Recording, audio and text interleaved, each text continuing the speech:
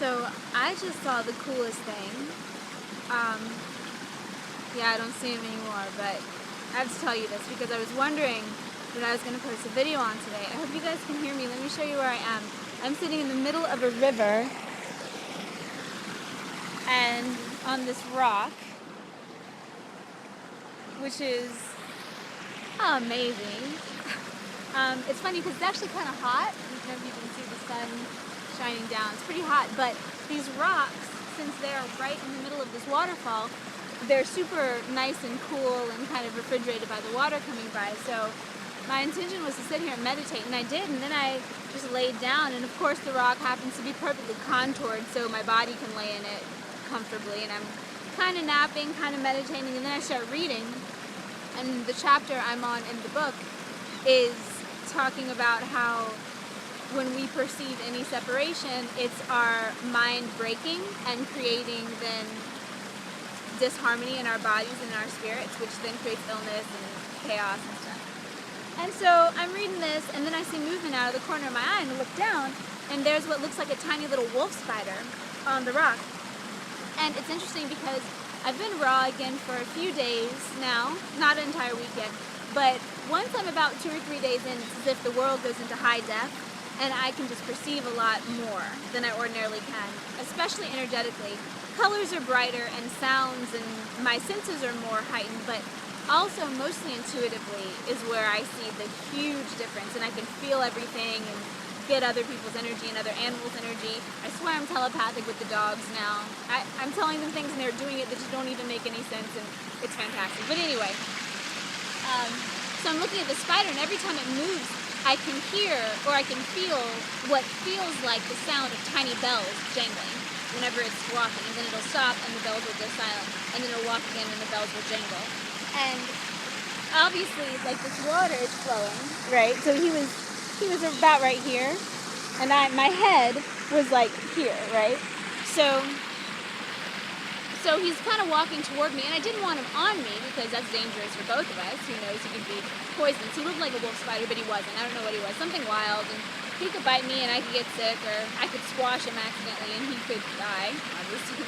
So I was trying to kind of usher him across the rock. I sat up because he walked right where I was, so I sat up, and then I took my little map of the place where I am and was kind of scooting him along. And so I walked him, can you see what I'm doing? Like here, and he got himself tucked in this little hollow, and then he walked across this mud and sat right there on the stone. And I was thinking, oh no, now I've got to reroute you back and across, because I figured he was trying to get over to the other side of the stream, which is right over there. I thought he was going this way. But what he did then was just walked on the water and then floated over that way, not even with the current. And whenever he would go away he didn't want, he would just walk a little bit and he would keep moving, and he was walking on the surface tension of the water. And I could see in his shadow on the bottom of the water, where the sun was reflecting through him, that each of his little legs were in this little pocket the surface tension was making under his weight, and also his 2 front legs were up, kind of acting like antennae to see where he was going, because they send out this electromagnetic field around themselves to see what's ahead. So, and I think that's also the bells that I hear when I walk, or that I feel. So I'm astonished and watching this little dude walk across the water. I mean, maybe you guys knew that was possible, but I personally did not.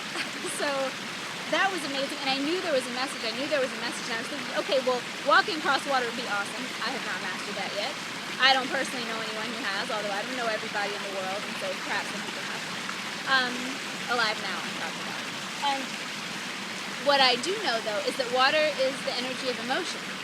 So I was thinking about the non-disconnection I'd just been reading about, which I was thinking about when I was watching it, which was why I think I could even feel the bells. I think I was tuning into the connection between us. And I was thinking about walking on emotion, using your emotional power, which is what makes magic and manifestation even possible at all, and using it as a support beneath you rather than as something to fight or something to drive you, but rather using it as something to float across and walk across and navigate over as you're a part of it because it's carrying you.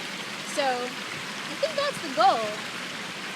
And I think that once that's possible, once that becomes a way of being, then we will all be a lot more powerful in our creation. So anyway, I will leave you with another view of where I am at this beautiful creek. And when in doubt, go into nature. Everybody has stuff, not necessarily just like this, but some type of natural ecosystem that is yours. And I was just lucky enough to find this amazing rock because it's kind of hot. So if I weren't against this cool rock, I might be too warm today. But this is perfect. It's like, are we really improving reality by living indoors? I don't know. I'm not going to move outside and live on the side of a mountain. I'm not prepared for that. But maybe at least sometimes we should be doing that. Longer camping trips, longer being outside, longer finding places like this that are freaking perfect. Like this, I'm not more comfortable than this inside.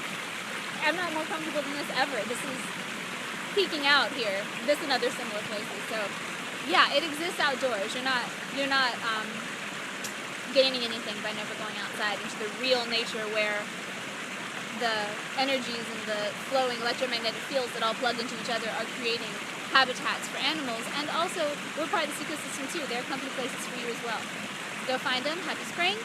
Hope you guys are great. Go in peace. I'll talk to you again another time.